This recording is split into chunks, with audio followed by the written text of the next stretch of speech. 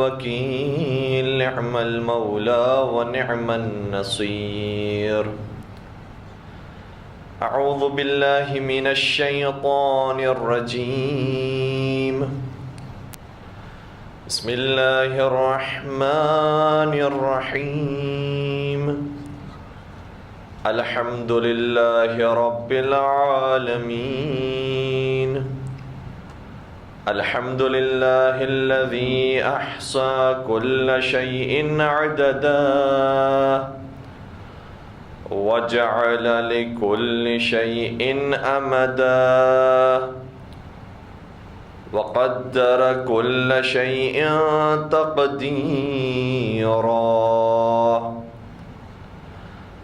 ثم الصلاة والسلام على النبي الأمي العربي القرشي الهاشمي المكي المدني الأبتحي التهامي العبد المؤيد والرسول المسدد المصطفى الأمجد المحمود الأحمد حبيب إله العالمين أبي القاسم محمد.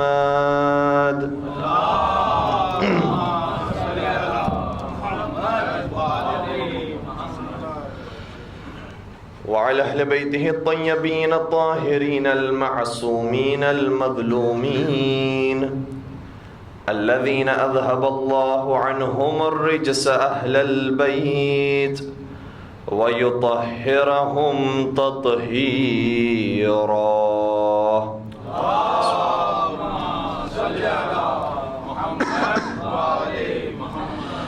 ولعنة الله على أعدائهم أجمعين. أما بعد فقد قال الله تبارك وتعالى في محكم كتابه المجيد والفرقان الحكيم. بسم الله الرحمن الرحيم.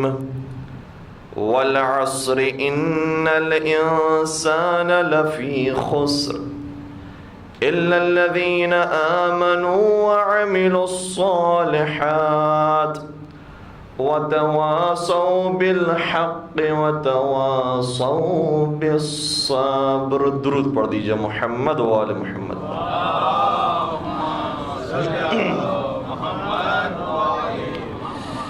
عزیزان گرامی قدر، آیہ کریمہ کی تلاوت کو سننے کے بعد آپ نے محسوس کیا ہوگا کہ آج ہم کسی دوسرے عنوان کو جو رسالہ حقوق میں سے ہی ہے اسے انشاءاللہ شروع کریں گے. چونکہ رسالہ حقوق 50 حقوق پر مشتمل ہے اور اس کے 2 ورژنز ہمارے سامنے آئے ہیں، اور دونوں کتابیں بہت قدیمی کتابیں ہیں کہ جن کے اندر سرکار امام زین العابدین علیہ الصلوۃ والسلام کی حدیث شریف موجود ہے.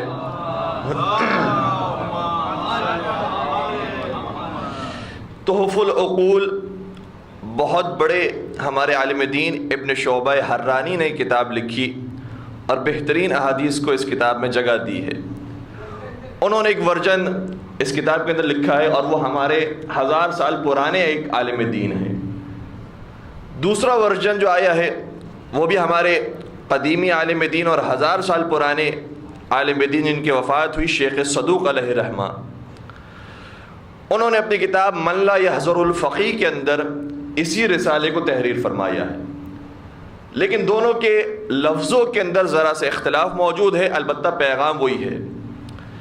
چنانچہ ابن شعبہ حرانی نے جب یہ حدیث ذکر کی ہے تو اس میں 50 حقوق کا تذکرہ کیا ہے، اور باقاعدہ امام سجاد کا آخر میں جملہ یہ ہے کہ فَهَذِهِ 50 حَقًّا مُحِيطًا بِكَ.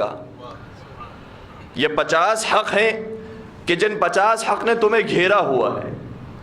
اور پھر آگے بیان فرماتے ہیں کہ تم ان 50 حقوق میں سے کسی حق سے خالی ہی نہیں رہ سکتے زندگی کے کسی موڑ پر بھی. جب بھی کوئی حرکت انجام دیتے ہو، جب بھی کوئی کام انجام دیتے ہو، حتیٰ فکر کرتے ہو تو ان کا دائرہ انہی 50 حقوق کے اندر سے ہی آتا ہے. لیکن جب دوسرا ورژن ملا یحضر الفقی میں شیخ صدوق نے لکھا تو اس میں 50 نہیں 51 حقوق ذکر کیے ہیں. اور ممکن ہے کہ ایک حق ایسا ہو کہ جو پہلے والے عالم دین سے اس اعتبار سے مس ہو گیا ہو کہ چونکہ حقوق 50 ہیں لہٰذا اتنے باہم ملے ہوئے ہیں کہ ایک جملہ اگر ان حقوق میں سے نکل جائے تو ممکن ہے کہ حدیث نامکمل رہ جائے. اور اس کے برعکس یہ بھی ممکن ہے کہ شیخ صدوق نے جو روایت لکھی ہو اس میں وہ حدیث کا جملہ جو انہوں نے شامل کیا ہو ممکن ہے وہ کسی اور حدیث کا جملہ ہو جو انہوں نے 50 حقوق میں شامل کر دیا. چنانچہ شیخ صدوق کی روایت کے مطابق جو ملا یحضر الفقی کے اندر بھی موجود ہے اور کتاب خصال کے اندر بھی موجود ہے 51 حقوق اس کے اندر بیان کیے گئے ہیں. اور چونکہ ملا یحضر الفقی کتب اربعہ میں شامل ہے، الحمدللہ ہمارے نوجوان دوست احباب سب جانتے ہیں کہ کتب اربعہ کتاب کافی، ملا یحضر الفقی، تہذیب الاحکام اور استبصار، تو گویا دوسرے نمبر کی معتبر ترین کتاب ہے ملا یحضر الفقی جس کے اندر یہ روایت موجود ہے امام سجاد سے. اور جب ان حقوق کو انسان پڑھتا ہے 50 یا 51 حقوق، حیران ہو جاتا ہے کہ آج دنیا والے ہیومن رائٹس کی بات کر رہے ہیں. 1000 سال پہلے 1300 سال پہلے امام سجاد نے نہ صرف ہیومن رائٹس بلکہ یونیورسل رائٹس بنائی کی. یعنی آج ہم صرف انسانوں کے حقوق کی بات کر رہے ہیں، امام سجاد نے بتایا انسانوں کے حقوق بعد کی بات ہے. پہلے تمہاری آنکھوں کا تم پر حق ہے، تمہارے کانوں کا تم پر حق ہے، تمہاری زبان کا تم پر حق ہے، ہاتھوں کا حق ہے، پیروں کا حق ہے، شکم کا حق ہے. پھر سارے حقوق سے بالاتر پروردگار کا حق ہے جو انسان کی گردن پر ہے. اور پھر مختلف عبادتوں کے حقوق بیان فرمائے. البتہ ایک ایرانی خطیب کا بڑا خوبصورت جملہ کہتے ہیں کہ جب بھی اس قسم کی کوئی روایت یا حدیثوں کی جس کے اندر 50 یا 60 یا 80 اور 90 باتیں اس کے اندر ذکر ہو تو کبھی بھی نام نہ لیا کرو کہ کتنی باتیں ہیں، ورنہ لوگوں کا ذہن یہ رہے گا کہ انہوں نے کہا تو تھا کہ 50 حقوق ہیں اور بیان کیے تو انہوں نے 10 اور 15 حقوق بیان کر دیے. تو بہرحال میں کوشش کروں گا کہ آج کسی حد تک صرف نام کی حد تک یہ 50 حقوق آپ کے ذہنوں میں آ جائیں کہ کس ترتیب سے امام نے یہ حقوق بیان فرمائے ہیں.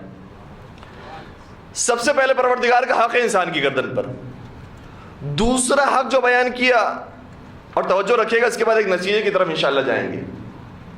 دوسرا حق جو بیان کیا وہ انسان کا خود اپنے وجود کا، اپنے نفس کا، اپنی روح کا، اپنی زندگی اور حیات کا حق ہے انسان کی گردن پر.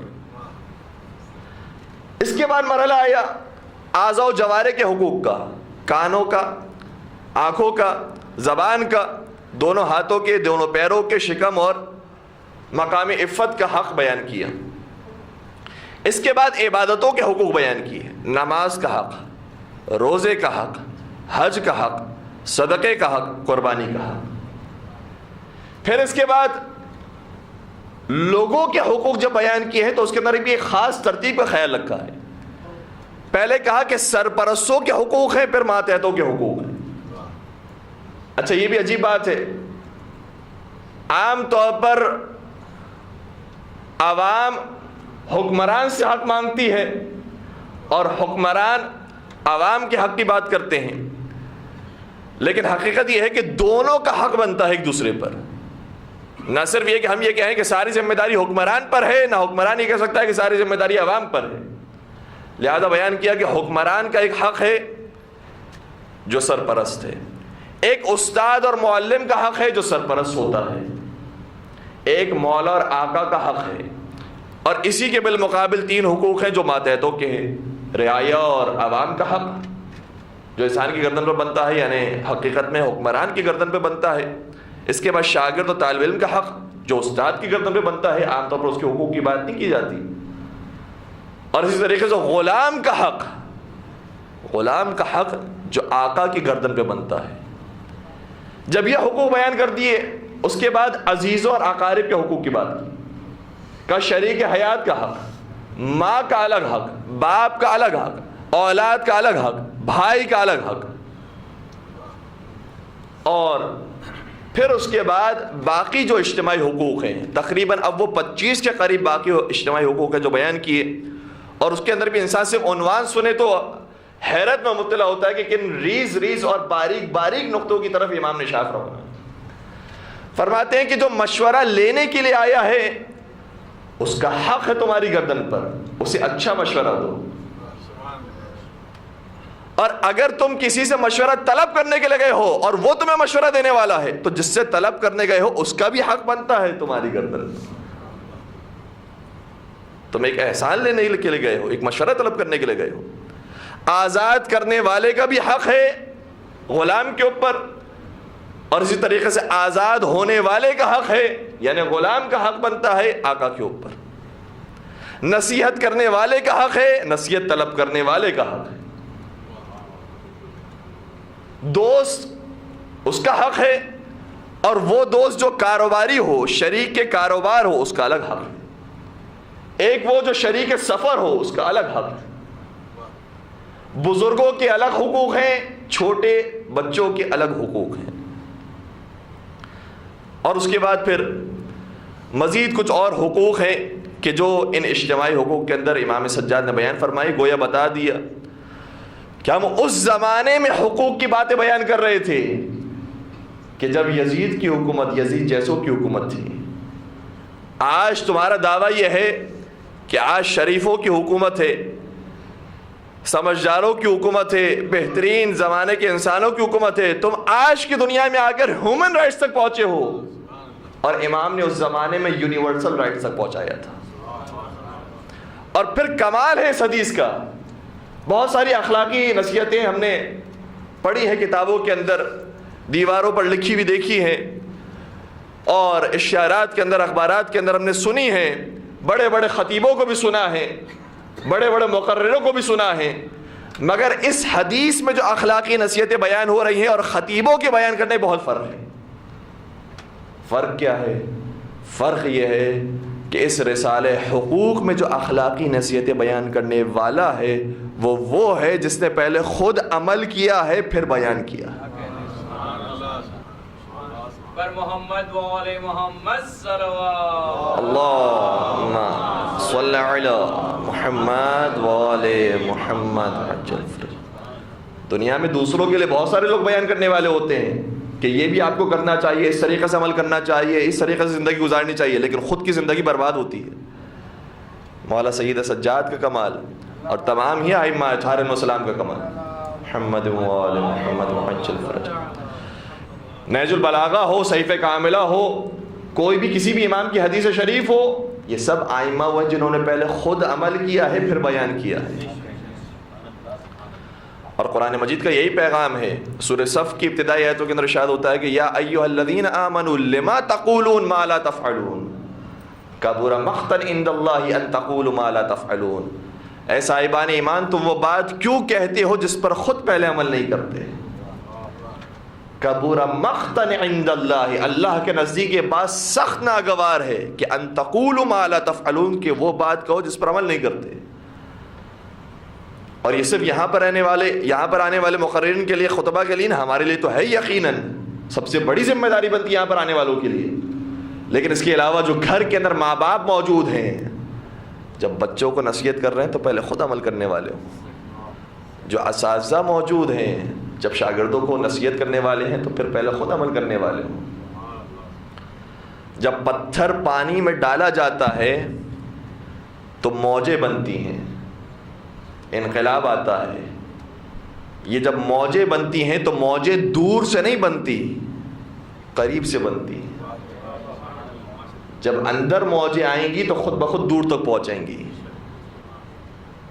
یہ فلسفہ ہے کہ انسان اپنے آپ سے شروع کرے۔ قرآن مجید کی بہت سارے مقام پر آیت ہے، سورہ تحریم کے اندر ارشاد فرمایا یا ایھا الذین آمنوا قوا انفسکم واہلیکم نارا۔ اے صاحبان ایمان، پہلے اپنے آپ کو آتش جہنم سے بچاؤ، پہلے خود ڈرو کہ واقعاً کوئی قیامت ہے، حساب و کتاب ہونے والا ہے، پھر گھر والوں کو ڈراؤ۔ ہمارے یہاں سب سے بات دوروں سے شروع ہوتی ہے، جس سے کوئی تعلق نہیں ہے، کوئی جان پہچان نہیں ہے، سب سے زیادہ پہلے اس کو نصیحت کرتے ہیں، اس کے بعد قریب والوں کو، پھر قریب والوں کو، پھر اپنے آپ کو۔ بات یہاں سے شروع ہوتی ہے۔ اور جیسے میں نے عرض کیا تھا کہ ائمہ اطہار علیہ السلام کا جو طریقہ ہے کہ بات خود سے شروع کرتے تھے، اس کا اثر یہ ہوتا تھا کہ بات اگر صرف زبان سے بیان کی جائے تو ابھی جب تک زبان جاری ہے، الفاظ زبان سے نکل رہے ہیں، اس وقت تک اثر ہوگا، لیکن اگر کردار کے ذریعے پیغام دیا جائے تو چاہے انسان کو موت آ جائے پیغام پھر بھی جاری رہے گا۔ یہ فرق ہوتا ہے۔ آقا سید سجاد دنیا سے چلے گئے ہیں، لیکن آج بھی ان کی نمازوں کو سنتے ہیں کہ کیسی نمازیں ہوتی تھیں، تو ہماری نمازیں بدل جاتی ہیں۔ لہٰذا زبان کے ذریعے تبلیغ کا اثر اور ہوتا ہے اور کردار کے ذریعے تبلیغ ہوتی ہے، اس کا اثر اور ہوتا ہے۔ اب آپ نے جس ترتیب کو ملاحظہ فرمایا، اس ترتیب کے اندر خود ایک پیغام ہے، یعنی جو رسالہ حقوق ہے گویا ایک عمارت کی مانند ہے۔ ایک پلازا کھڑا ہے، پلازا اوپر اتنا ہی جا سکتا ہے جتنی بنیاد مضبوط ہوگی۔ بنیاد کیا ہے اس کی؟ بنیاد ہے عقیدہ توحید، بنیاد ہے ایمان باللہ، بنیاد ہے ذات پروردگار، اور یہ ایک ہی پلر ہے۔ یہ ایک ہی پلر اتنا مضبوط بنایا گیا ہے کہ جتنا مضبوط ہوگا اتنی اچھی عمارت قائم ہوگی۔ کیا عقیدہ توحید کا پہلے پلر لگا لو، اس کے بعد پہلی منزل بناؤ کہ توحید پر تو عقیدہ ہے، خدا پر تو عقیدہ ہے، اب خدا پر عقیدہ ہونے کے بعد کرنا کیا ہے؟ فوراً سے دوسرا حق بیان کیا، جو زندگی تمہیں دی ہے وہ اس کی اطاعت میں استعمال کرو۔ دوسرے حق کو آج میں انشاءاللہ شروع کرنے کی کوشش کروں گا، لیکن ابھی میں اس ترتیب کو آپ خدمت میں عرض کر دوں۔ پھر اپنے نفس کو استعمال کرنا ہے اس کی راہ میں، سب کچھ لٹا دینا ہے خدا کے لیے، اور ہمارے جتنے بھی عقائد ہیں، اصول دین ہیں، وہ حقیقت میں استوار ہے توحید پر، اور ہمارا یہی تو طرح امتیاز ہے کہ ہمارے سارے عقائد ختم ہوتے ہیں توحید پر اور سارے شروع ہوتے ہیں توحید سے۔ ہم عدل توحید کے اندر رکھتے ہیں، اصول دین کے اندر رکھتے ہیں، لیکن اس کا تعلق توحید سے ہے۔ نبوت اسی کو نبی مانتے ہیں جو خدا کی جانب سے ہو، امامت اسی کو امام مانتے ہیں جو خدا کی جانب سے ہو، قیامت وہی قیامت میں حاکم اور حکمران ہے، اور جتنے بھی عقائد اس کے علاوہ ہیں، ملائکہ پر، جنات پر، قرآن مجید پر، جتنے بھی ہمارے عقائد ہیں سب ختم ہوتے ہیں اور شروع ہوتے ہیں توحید۔ توحید اگر مضبوط ہے تو سب کچھ مضبوط ہے۔ توحید کے بعد اب زندگی استعمال کرنی ہے خدا کے راستے میں۔ زندگی کو کیسے استعمال کریں؟ کہا ہم نے آنکھیں دی ہیں، خدا کے راستے میں استعمال کرو۔ ہم نے زبان دی ہے، خدا کی راہ میں استعمال کرو۔ ہم نے کان دیے، خدا کی راہ میں استعمال کرو۔ اعضاء و جوارح خدا کی راہ میں استعمال کرو۔ سوال یہ پیدا ہوگا ان اعضاء و جوارح کو کیسے استعمال کریں؟ فوراً سے بیان کیا، اس آنکھ سے نامحرموں کو دیکھنے سے بچاؤ، اس زبان سے غیبت سے بچو، کان سے حرام موسیقی سے بچو، ہاتھوں سے پیروں سے اپنی پیشانی سے نماز انجام دو، روزہ رکھو، حج پر جاؤ، صدقہ نکالو، قربانی دو، اور دیگر جتنی بھی عبادتیں وہ انجام دو۔ کہا بس اتنے ہی کام کرنے ہیں؟ خدا کی عبادت صرف کرنی ہے اور کوئی کام نہیں ہے؟ کہا نہیں، عبادت کے علاوہ بھی تمہارے جو رفتار ہے اور ایک دوسرے سے ملاقاتیں ہیں اس کے اندر بھی توحید ہونا چاہیے۔ لہٰذا اگر انسان باپ ہے، ماں ہے، تو اولاد کے اوپر کچھ حقوق ہیں جو خدا کی جانب سے واجب ہوئے ہیں۔ اگر بیٹا یا بیٹی ہے تو ماں باپ کے حقوق ہیں جو انسان کی گردن پر آتے ہیں، اور پھر اس طریقے سے اجتماعی سارے حقوق ہیں جو آتے ہیں۔ تو یہ چین کی صورت میں ایک ایک حق کو امام نے بیان فرمایا ہے۔ اور پھر اس رسالہ حقوق کو جو آج انٹروڈیوس کرنے کی میں کوشش کر رہا ہوں، اس کی روایت نقل کرنے والے راوی بھی کوئی عام راوی نہیں بلکہ حضرت ابو حمزہ صومالی ہیں، جن کا اصل نام ثابت بن دینار تھا۔ اور ابو حمزہ صومالی کے نام سے کون واقف نہیں ہے کہ ماہ رمضان کے اندر انہی کے نام سے منسوب دعا ہے، دعائے ابو حمزہ صومالی۔ اور یہ بھی آئمہ کا طریقہ کار ہوتا تھا کہ دعا خود کی ہوتی تھی مگر جسے تعلیم فرماتے تھے اس کے نام سے قیامت تک محفوظ ہو جاتی تھی۔ درود پڑھ دیجیے گا محمد و آل محمد۔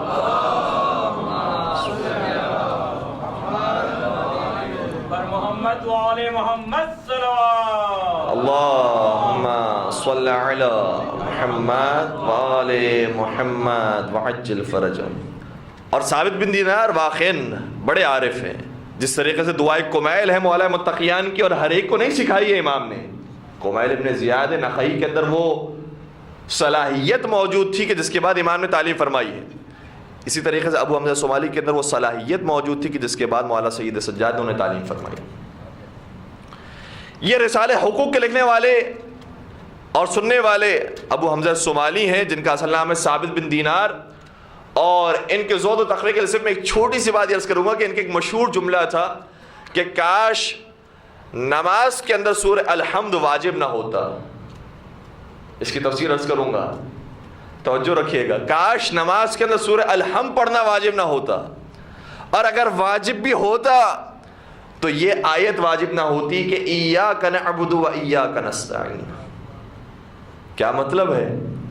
اے خدا، میں اپنی زبان سے گواہی دیتا ہوں کہ میں صرف تیری عبادت کرتا ہوں اور تجھ سے مدد چاہتا ہوں، دنیا والوں سے بے نیاز ہوں. اور یقیناً اس جملے کی تفسیر یہ ہے کہ اے خدا، تجھ سے مدد چاہتا ہوں اور تو جس کو مددگار بنا دے اس سے مدد چاہتا ہوں. حقیقت میں تو یہ تفسیر ہے. چاہے تو علی کو مشکل کشا بنا دے اس سے مدد چاہتا ہوں، ان کو وسیلہ بناتا ہوں. دعائے توسل کے اندر یہ 14 معصومین وسیلہ ہیں، لیکن یہ وسیلہ وہ ہیں جو خدا کے بنائے ہوئے ہیں. لیکن خدا کے بنائے ہوئے وسیلے نہ ہوں، دنیا والوں کے وسیلے ہوں. کیا کہ ایاک نعبد و ایاک نستعین، کسی اور سے مدد نہیں چاہتا سوائے تجھ سے اور تیرے بنائے ہوئے وسیلوں سے.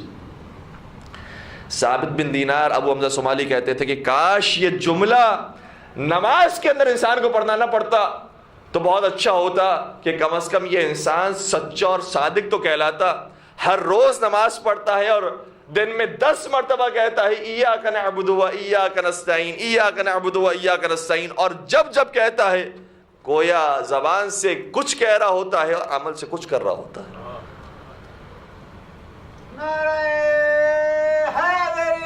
یا تو عرفان کی اس منزل پر فائز سے سمجھتے تھے، بیدار تھے کہ جو ہم کہہ رہے ہیں وہ واقعی میں سمجھ بھی رہے ہیں کہ کیا کہہ رہے ہیں. الحمد تو ہم نے 1000 مرتبہ پڑھ لی ہے، لیکن کچھ اثر بھی ہوا ہے، سمجھے بھی ہیں کہ ان لفظوں کو ہم جو ادا کر رہے ہیں اس کا مطلب کیا ہے. اور پھر ثابت بن دینار کے بارے میں باتیں تفصیل کے ساتھ انشاءاللہ اگر موقع ملا تو بعد میں بیان کی جائے گی. یہ ہے راوی رسالہ حقوق کی. اب سب سے پہلا حق جو امام نے بیان فرمایا میں اس کا ترجمہ کرنے کی کوشش کروں گا اور اس کے بعد آگے بڑھ جاؤں گا.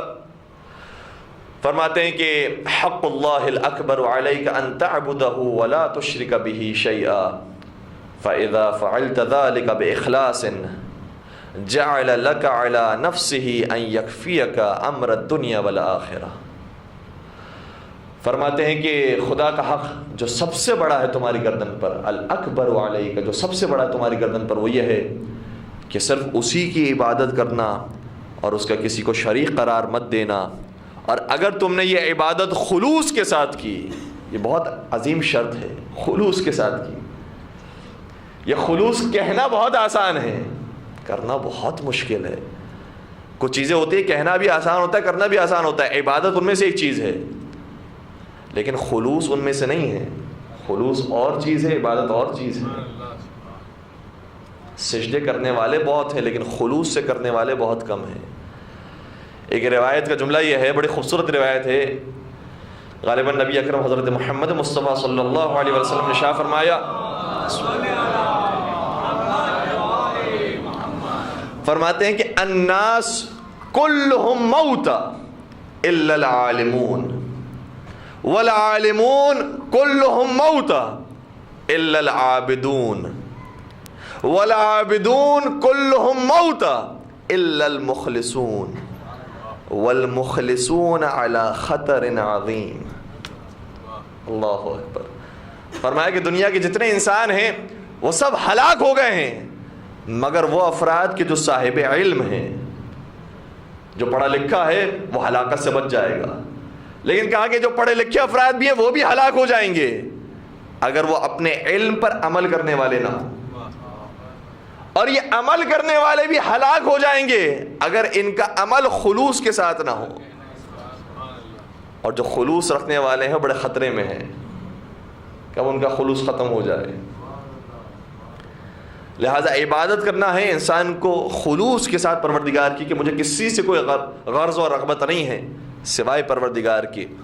اور اب اس پر آرائش بہت زیادہ ہے، لیکن میں ساری باتوں صرف نظر کرتے بات کو آگے بڑھاؤں.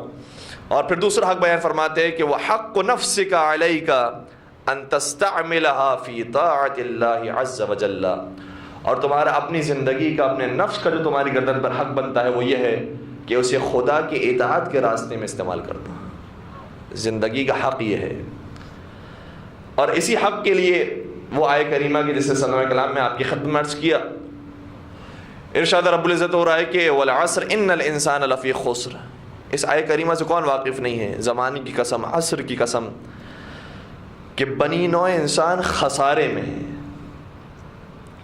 انسانیت خسارے میں ہے.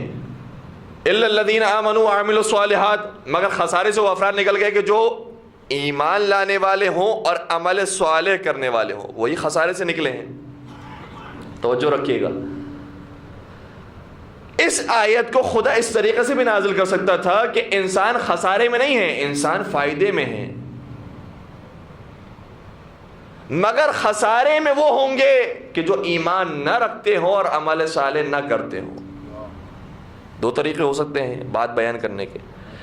کیا کہ انسانیت فائدے میں ہے، خسارے میں کوئی نہیں ہے، مگر وہ جو ایمان نہ لے کرے، عمل صالح نہ کرے. لیکن پروردگار نے الگ انداز سے بات کی، کہا کہ انسانیت خسارے میں ہے، مگر یہ کہ ایمان لائیں اور عمل صالح کریں. اب فرق یہ ہے دونوں باتوں میں. فرق یہ ہے کہ اگر انسان اس دنیا میں آئے اور کچھ نہ کرے تو یہ نہ سمجھے کہ وہ 50-50 رہا، نہ اس نے معصیت کی نہ عبادت کی. انسان اس دنیا میں آیا، نہ خدا کی نافرمانی کی نہ فرما برداری کی. توجہ رکھیے گا، انسان اس دنیا میں بھیجا گیا، اس سے 60 سال 70 سال کی زندگی گزاری، اور فرض کیجئے کہ نہ اس نے عبادت کی نہ معصیت کی، تو اس کی زندگی درمیانی راستے میں بھی موجود ہے. وہ سمجھ رہا ہے کہ درمیانی راستے میں ہے، لیکن قرآن کہہ رہا ہے ان الانسان فی خسر، انسانیت خسارے میں ہے. کیوں؟ کیونکہ اس کی مثال ایسے ہے کہ ہم نے تمہیں ایک نعمت دی تھی، زندگی دی تھی، تمہیں استعمال کرنی چاہیے تھی اس کی عبادت میں کہ جس نے دی تھی، اور جب تم نے استعمال نہیں کی گویا تم نے ضائع کر دی اپنی زندگی. تم ایسا نہیں کہ کچھ حاصل نہ کر سکے، تم نے برباد کر دیا. اور اگر اس بات کو میں چھوٹی سی مثال کے ذریعے اپنے بچوں کو سمجھا سکوں، اپنے دوستوں کو سمجھا سکوں کہ زندگی کی مثال برف کی طرح ہے. زندگی کی مثال برف کی طرح ہے. اگر یہ برف صحیح موقع پر بیچ دیا تو کمائی حاصل کر لی، تو سود اور فائدہ حاصل کر لیا. لیکن اگر صحیح موقع پر برف نہ بیچ سکے تو ایسا نہیں کہ پھر برف گھر میں لے جانا ہے، پھر برف برباد ہو جانا ہے، پھر نقصان اور گھاٹا ہو جانا ہے. زندگی کی مثال ایسی ہے، اگر زندگی کو صحیح موقع پر اللہ کو بیچ دیا، بزرگان سمجھ گئے، صحیح موقع پر بیچ دیا تو وہی ہے جو کامیاب ہو جائے گا. تاریخ میں ایک ایسا ملا جس نے شب ہجرت بستر رسول پر اپنے نفس کو بیچ دیا، اور جب بیچ دیا تو آیت نازل ہوئی وَمِنَ النَّاسِ مَن يَشْرِي نَفْسَهُ ابْتِغَاءَ مَرْضَاتِ اللَّهِ. کچھ ایسے لوگ ہیں جو اللہ کو اپنا نفس بیچتے ہیں، اور جب اس نے نفس بیچ دیا تب اس کا نفس نفس اللہ بن گیا، اس کے ہاتھ ید اللہ بن گئے، اس کی آنکھیں عین اللہ بن گئی، اس کے کان اذن اللہ بن گئے، اس کے لسان لسان اللہ بن گئی، اس کا پہلو جنب اللہ بن گیا. جب ایسے اس سے زندگی گزاری تو جب موت آئی تو کہا فزت ورب الکعبہ، کعبہ کی قسم میں کامیاب ہو گیا. اللہم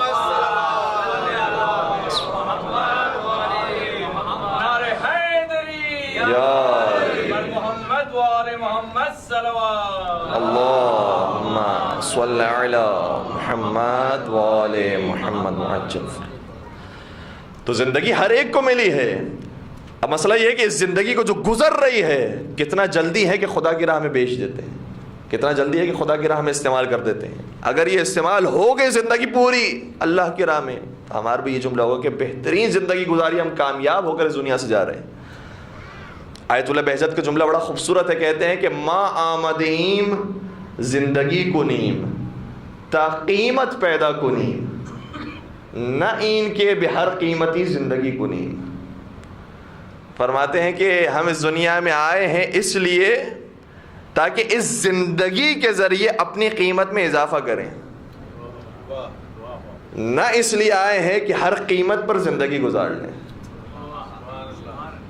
یہ زندگی کا فلسفہ اگر انسان کو معلوم ہو جائے تو بہت سے مسائل حل ہو جاتے ہیں۔ واقعاً کتنے لوگ ہیں جو اس دنیا میں زندگی گزار رہے ہیں، انہیں پتہ ہی نہیں ہے کہ زندگی کیسے گزارنی ہے، بہت پریشان ہیں۔ چاہے جاپان ہو، چاہے چین ہو، بڑے بڑے ترقی یافتہ ممالک ہیں، کتنی خودکشیاں ہوتی ہیں، جانتے نہیں کہ زندگی کا مقصد کیا ہے، کیسے گزارنی ہے۔ انسان کو پتہ چل جائے کہ مجھے کس راستے پر چلنا ہے تو بہت سکون کے ساتھ زندگی گزرتی ہے اور سکون کے ساتھ موت آتی ہے۔ کتنے لوگ ایسے ہیں جنہوں نے مادیات کے حوالے کر دی، بالآخر وہ تمنا کرتے ہیں کہ ہم مر جائیں اس دنیا کے اندر، اتنے غرق ہو گئے مادیات کے اندر۔ کسی نے دوسروں کی باتیں سننے کے اندر، جو اپنے آپ کو پروفیسرز کہتے ہیں، دانشور کہتے ہیں، ان کی باتیں سننے کے اندر اپنی زندگی گزار دی، وہ بھی اپنی زندگی سے مایوس نا امید ہے۔ ایک راستہ ہے صرف کہ اپنی زندگی کو پوری کو فنا کر دینا اللہ کے لیے، اور یہی اہل بیت نے سکھایا ہے۔ اور جتنا اس چیز کے اندر آگے بڑھتا جائے گا انسان، اتنے سکون میں اضافہ ہوتا جائے گا۔ یہ فلسفہ ہے زندگی گزارنے کا۔ بس عزیزو، ایک اور قرآن مجید کی آیت ہے، وہ آپ کی خدمت میں عرض کروں اور بات کو مکمل کروں۔ سورہ والفجر، یہ والفجر وہ سورہ ہے کہ فرزند رسول صادق امام جعفر صادق علیہ السلام نے شاہ فرمایا،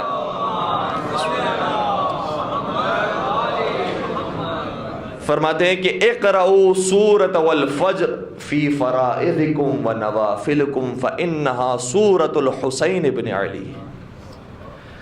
فرمایا کہ اپنی واجب نمازوں میں اور اپنی مستحب نمازوں میں سورہ فجر کی تلاوت کرو، کیونکہ یہ سورہ حسین ہے۔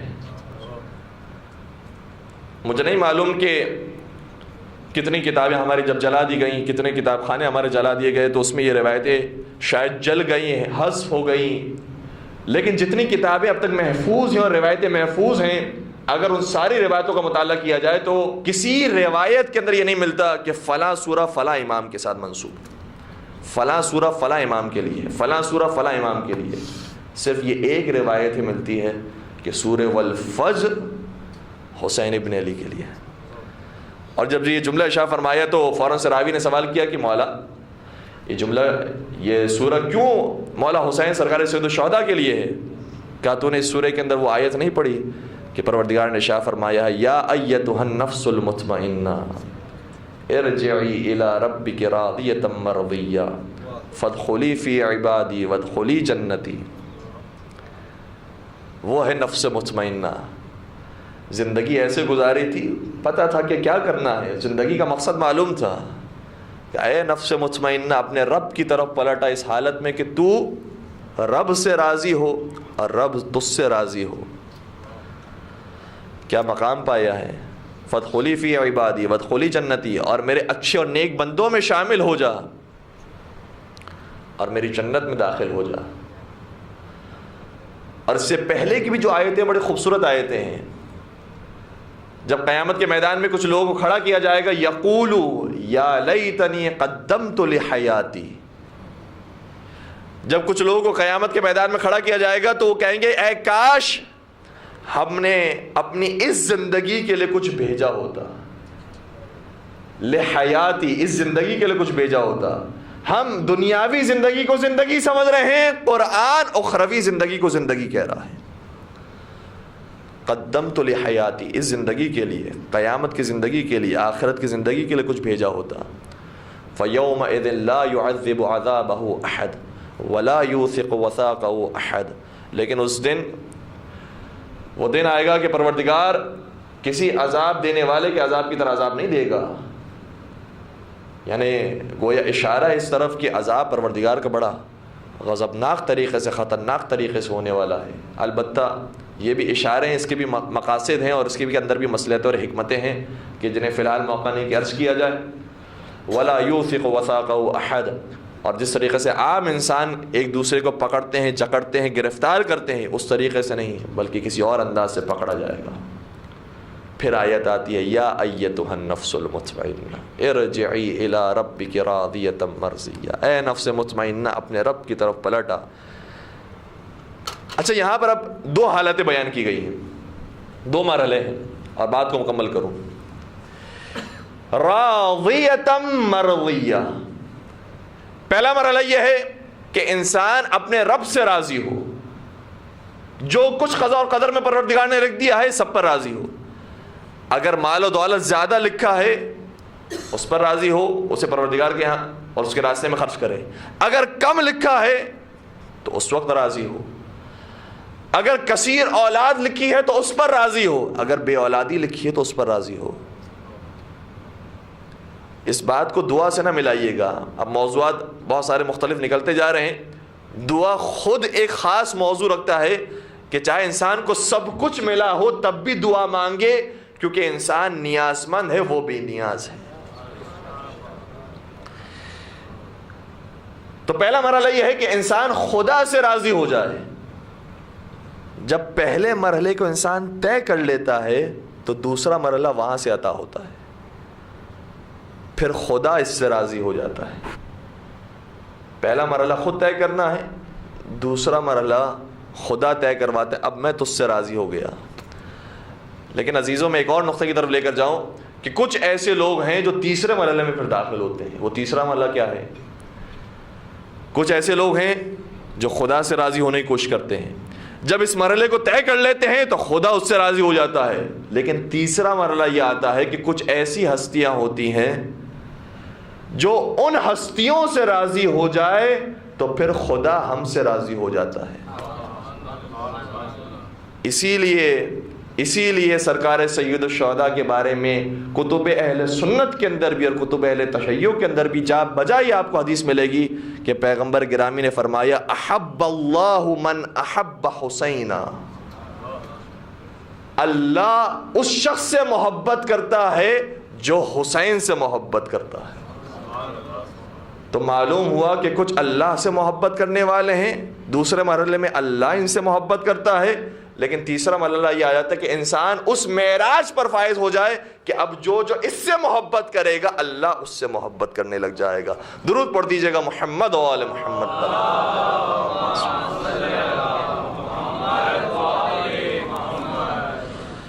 بس عزیزان گرامی، اہل بیت علیہ السلام نے جو زندگی گزاری ہے، خود پیغمبر اکرم کے بارے میں قرآن مجید نے گواہی دی ہے، قل ان صلاتی و نسکی و محیای و مماتی للہ رب العالمین۔ اے رسول آپ کہہ دیجئے کہ میری نماز، میری ساری عبادتیں، میرا مرنا اور میرا جینا سب کچھ اللہ کے لیے ہے۔ یہ پروردگار نے سند دی ہے نبی اکرم کو۔ لیکن پھر عبادت کے ہم دیکھتے ہیں کہ مرحلے بہت مختلف انداز سے آئے ہیں روایتوں کے اندر۔ میرے پاس کچھ دقیقے موجود ہیں، لہٰذا میں روایت عرض کروں اور پھر بات کو مکمل کرتا ہوں۔ مولا متقیان ابی المؤمنین حضرت علی ابن ابی طالب علیہ السلام نے شاہ فرمایا، فرماتے کہ ان قوما عبدوا اللہ رغبۃ فتلک عبادۃ التجار وان قوما عبدوا اللہ رہبۃ فتلک عبادۃ العبید وَإِنَّ قَوْمًا عَبَدُوا اللَّهَ شُكْرًا فَتِلْكَ عِبَادَةُ الْأَحْرَارِ۔ فرماتے ہیں کہ عبادت ہر کوئی کر رہا ہے اور بہت اچھے طریقے سے قربتاً الی اللہ عبادت کرنے والے ہیں، لیکن قربتاً الی اللہ عبادت کرنے والوں کی تین قسمیں ہیں۔ ان کی تو بات ہی نہیں ہو رہی کہ جن کے دل میں شرک ہے، جن کے دل کے اندر دوسروں کے خیالات موجود ہیں اور دوسروں کی خاطر عبادت کرنے والے ہیں، ریاکاری کی عبادت ہے، ان کی تو بات ہی نہیں ہو رہی۔ وہ کہ جو قربتاً الی اللہ، اللہ کی خاطر عبادت کرنے والے ہیں، ان کی بھی تین قسمیں ہیں، اور تینوں کو انشاءاللہ پروردگار جزا دینے والا ہے۔ کہ پہلی قوم جو قربتاً الی اللہ نماز پڑھ رہی ہے، عبادت کر رہی ہے، کہا ان قوما عبدوا اللہ رغبۃ، یہ وہ افراد ہیں کہ جو اللہ سے کسی لالچ میں عبادت کر رہی ہے۔ فتلک عبادۃ التجار، کہا کہ یہ جو لالچ والی عبادت ہے یہ تاجروں جیسی عبادت ہے، یہ کاروباری لوگوں جیسی عبادت ہے کہ ہم جو اپنی چیز بیچ رہے ہیں تو منافع بھی چاہیے، اور جتنا بیچ رہے ہیں اتنا نہیں چاہیے، اس سے کچھ زیادہ چاہیے تب جا کر ہم بیچیں گے۔ تو یہ جو نمازوں کے لیے کھڑے ہوئے ہیں، اس لیے نمازوں کے لیے کھڑے ہوئے، انہیں معلوم ہے کہ ایک نماز پڑھیں گے تو وہاں کتنے گھر ملیں گے، ایک روزہ رکھیں گے تو کتنی حوریں ملیں گی، ایک سجدہ کریں گے تو کتنی نہریں ملیں گی۔ یہ ساری عبادت اس لیے کر رہے ہیں کہ کچھ ملنے والا ہے۔ قرآن مجید نے کہا کہ یہ بھی قربتاً الی اللہ کر رہے ہیں، کیونکہ کسی اور سے نہیں مانگ رہے، اللہ ہی سے مانگ رہے ہیں، مانگ اللہ سے رہے ہیں۔ لیکن فرض کیجئے کہ معاملہ الٹا ہو جائے کہ قیامت کے میدان میں پتہ چلا کہ جو نمازیں پڑھی تھی وہ آپ نے ایسے ہی پڑھی تھی، وہ فی سبیل اللہ واقع میں ہو گئی، کوئی یہاں پر اس کا اجر و ثواب نہیں ہے، کوئی اس کے لیے نہ کوئی جنت میں مقام ہے، کچھ بھی نہیں ہے، جیسے باقی افراد ہیں ویسے آپ ہیں، تو پھر اپنا سر پیٹنے لگیں گے، کاش عبادتیں نہ کی ہوتی، کاش نمازیں نہ پڑھی ہوتی۔ تو تاجروں کی عبادت کے اندر یہ مسئلہ موجود ہے کہ اگر انہیں جنت میں وہ مقام نہ دیا گیا تو شکوے کا انداز اختیار کریں گے، شکایت کریں گے پروردگار سے۔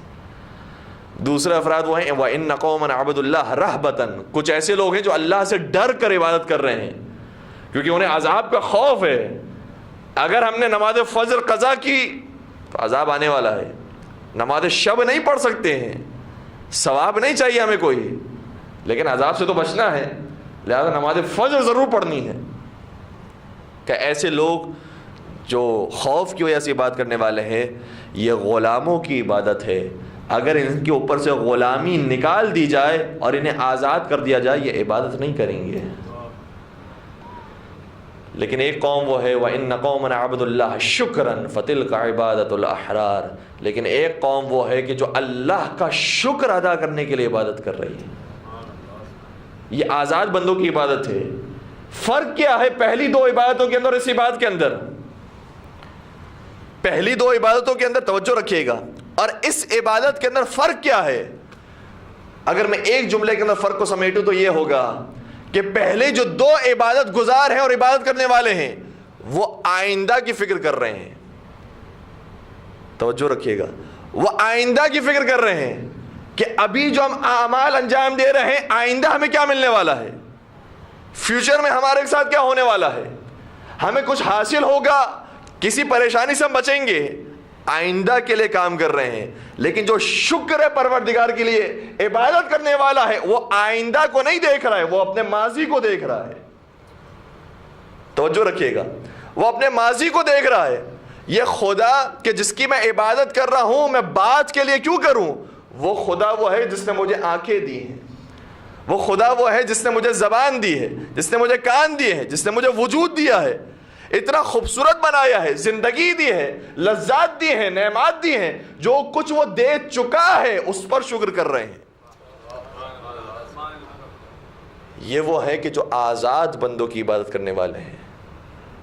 اور تاریخ میں ایک جملہ ہمیں نظر آتا ہے جو علی کی زبان سے جاری ہوا، فرمانے لگے الہی ما عبدتک خوفا من نارک ولا طمعا لجنتک بل وجدتک اہلا فعبدتک، فرماتے ہیں اے میرے خدا، نہ علی تیرے جنت کی لالچ میں تیری عبادت کر رہا ہے، نہ جہنم کے خوف سے تیری عبادت کر رہا ہے، بلکہ تجھے لائق عبادت پایا ہے تو عبادت انجام دے رہا ہے۔ تاریخ میں ایک ایسا شخص ہے جس نے عبادت کی ایسے لاز رکھی۔ بس عزیزوں، یہ وراثت ملی ہے سرکار سید الشہداء کو کہ عصر عاشور وہ سجدہ انجام دیا کہ جیسے بابا امیر المومنین نے انجام دیا تھا، لیکن ایک فرق تھا دونوں سجدوں کے اندر۔ امیر المومنین نے جو سجدہ مسجد کوفہ میں انجام دیا تو صرف سر پر ایک ضربت لگی تھی، مگر حسین نے کربلا کے میدان میں جو سجدہ کیا ہے تو 13 ضربوں کے ساتھ سر حسین کو جدا کیا گیا۔ یہ ایسے محافظ عبادت تھے، یہ ایسے محافظ توحید تھے۔ لیکن اور بھی فرق تھے۔ یا امیر المومنین، جب آپ کے سر پر ضربت لگی ہے تو آپ ماہ رمضان کے روزے سے تو ہوں گے، لیکن آپ 3 دن کے بھوکے پیاسے نہیں تھے۔ حسین مظلوم کا سر جب تن سے جدا ہوا ہے تو حسین 3 دن کے بھوکے پیاسے تھے۔ پھر ایک اور فرق بھی ہے کہ یا امیر المومنین، جب آپ کو قاتل نے ضربت ماری تو کم از کم اتنی شرم و حیا موجود تھی کہ میں نے غلط کام کیا ہے لہٰذا فوراً فرار کر گیا، لہٰذا مارنے کے بعد فوراً فرار کر گیا، چلا گیا، جانتا تھا کہ سارے اصحاب موجود ہیں، مجھے گرفتار کر لیں گے۔ لیکن یا حسین شہید، آپ کو جب شمر خنجر سے ذبح کر رہا تھا تو بار بار کہتا جا رہا تھا کہ مجھے معلوم ہے تو کس کا بیٹا ہے، مجھے معلوم ہے تو کس کا نواسا ہے، اور بڑی بے باکی کے ساتھ وہ ایسا فعل قبیح انجام دے رہا تھا۔ بس عزادارو، یہ حسین کا سر جو تن سے جدا ہوا ہے، بس اتنا سنتے جائے کہ اس حسین کے سر پر کیا کیا مظالم ڈھائے گئے۔ اللہ اکبر، سنیں گے سر حسین پر مصائب کیا ڈھائے گئے ہیں۔ آپ نے سنا ہے کہ مقتل کے اندر مولا حسین روانہ ہوئے تو مولا حسین پر کیسے کیسے زخم آئے، پیشانی پر کیسے زخم آیا، سینے پر کیسے زخم آیا، لیکن آج سنتے جائیے کہ صرف اس سر پر کیسے مظالم ڈھائے گئے۔ اللہ اکبر، وہ سر جسے بوسہ دیتے تھے رسول اکرم، وہ سر جس کی بوسہ گاہ تھی علی مرتضیٰ کی لب اور فاطمہ زہرا کے لب اطہر، سر حسین کو کربلا کے میدان میں تن سے جدا کیا گیا۔ یہ سر شمر ملون کے ہاتھوں میں آیا، ہاتھوں میں آ جاتا بہت بڑا ظلم تھا، لیکن اس سے بڑا ظلم یہ ہوا کہ اب یہ سر نو کے نیزہ پہ چڑھایا گیا، نو کے نیزہ پہ چڑھایا جاتا اور یہی رک جاتے تو پھر بھی مظالم کم ہوتے، لیکن پھر یہ سر جو چلا ہے کربلا سے اور کوفہ پہنچا ہے تو خولی کے تنور میں گیا، خولی کے تنور سے ہوتا ہوا پھر ابن زیاد کے تش میں آیا ہے، ابن زیاد کے تش میں آنے کے بعد پھر یزید کے پاس تش میں گیا ہے۔ لیکن عزادارو سنیں گے سب سے سخت مرحلہ کب آیا؟ یہ سر جو کبھی شمر کے ہاتھوں میں تھا، کبھی نو کے نیزہ پر تھا، کبھی خولی کے تنور میں تھا، کبھی ابن زیاد کے تش میں تھا، کبھی یزید کے تش میں تھا، کبھی زمین پر تھا، کبھی گھوڑوں کے پیروں میں تھا، لیکن ایک وقت وہ آیا جب یہی سر حسین جب سکینہ کی گود میں آ گیا۔ مجھے نہیں معلوم کہ مولا حسین کو سب سے سخت مرحلہ کون سا لگا ہوگا، مگر میرا دل یہ کہتا ہے کہ وہ مرحلہ سب سے سخت لگا ہوگا جب سکینہ کی گود میں آئے۔ اور کیوں نہ لگے، کیونکہ جب سر حسین سکینہ کی گود میں آیا تو اب تک فقط یہ سر مصائب سہ رہا تھا، اب تک فقط یہ سر گریہ کر رہا تھا، مگر جیسے ہی حسین کا سر 4 سالہ سکینہ کی گود میں آیا، اب سکینہ نے ایسے بیان کرنا شروع کیا، ایسے مصائب بیان کرنا شروع کیے کہ اب صرف یہ مصائب حسین پر نہیں ڈھائے گئے، یہ سر کو دیکھنے کے بعد سکینہ کو موت آ گئی، سکینہ اس دنیا سے رخصت۔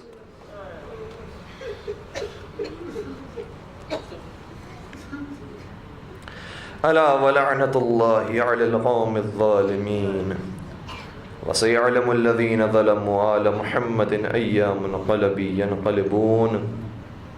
خدا بندہ اناس و گرمال حضرت سیدہ میں جگہ عنایت فرما، ہمارے اس قلیل سے توسل کو اپنی بارگاہ میں قبول و منظور فرما، تمام مرحومین و مرحومات کی مغفرت فرما، ہمارے تمام گناہ کبیرہ و صغیرہ کی مغفرت فرما، حاضرین مجلس کی بانیان مجلس کی جائز شرعی حاجات کو پورا فرما، ہم سب کو اہل بیت کے راستے پر چلنے کی توفیق عطا فرما، وہ زندگی عطا فرما جو علی مرتضیٰ کو عطا ہوئی، وہ موت عطا فرما جو حسین سرکار سید الشہداء کو عطا ہوئی، پالنے والے اپنی زندگیوں میں صبر و شکر کرنے کی ہم سب کو توفیق عطا فرما، پالنے والے علوم آل محمد کو حاصل کرنے کی، اس پر عمل کرنے کی ہم سب کو توفیق عطا فرما، علماء کرام کا سایہ ہمارے سروں پر قائم و دائم فرما، بے اولاد مومنین کو اشفر سے عزا کے صدقے میں صاحب اولاد بنا، جو رزق کی پریشانی میں مبتلا ہے ان کو اس مجلس عزا کے صدقے میں رزق حلال اور طیب عطا فرما، پالنے والے تمام مومنین کی مشکلات کو حل فرما، ہم سب کو کربلا کی زیارت نصیب فرما،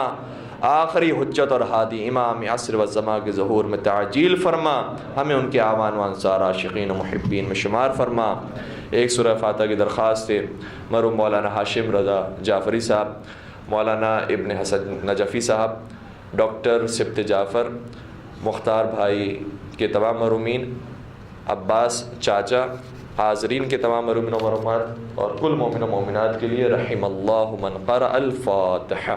بسم اللہ الرحمن الرحیم، الحمد للہ رب العالمین، الرحمن الرحیم، مالک یوم الدین، ایاک نعبد و ایاک نستعین، اہدنا الصراط المستقیم، صراط الذین انعمت علیہم غیر المغضوب علیہم ولا الضالین۔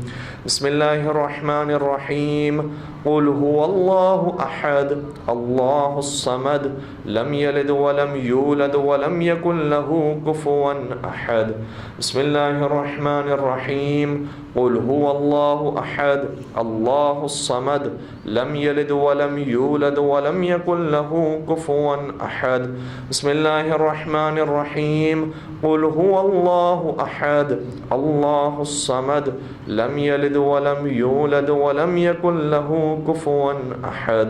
اللهم اغفر للمؤمنين والمؤمنات والمسلمين والمسلمات الأحياء منهم والأموات، تابع بيننا وبينهم بالخيرات، إنك مجيب الدعوات، إنك على كل شيء قدير، برحمتك يا أرحم الراحمين۔